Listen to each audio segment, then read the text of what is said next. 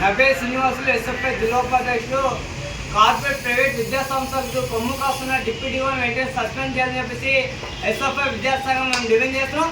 ప్రధానంగా ఆదరణపట్నంలో academic start కాకముందే విచ్చలవిడిగా ముందస్తు అడ్మిషన్ వేస్తుంటే ఈరోజు విద్యాశాఖ అధికారులు నిద్రపోతున్నారు తప్ప ఆ స్కూల్ పైన చర్యలు తీసుకోలేని చర్యలు తీసుకోలేని పరిస్థితి మనకు కనబడుతుంది.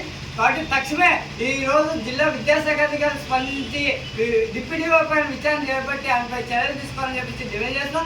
అదేవిధంగా ఈరోజు డిప్యూటీఓ గారు కార్యాలయంలో ఎప్పుడూ లేని పరిస్థితి మనకు కనబడుతుంది.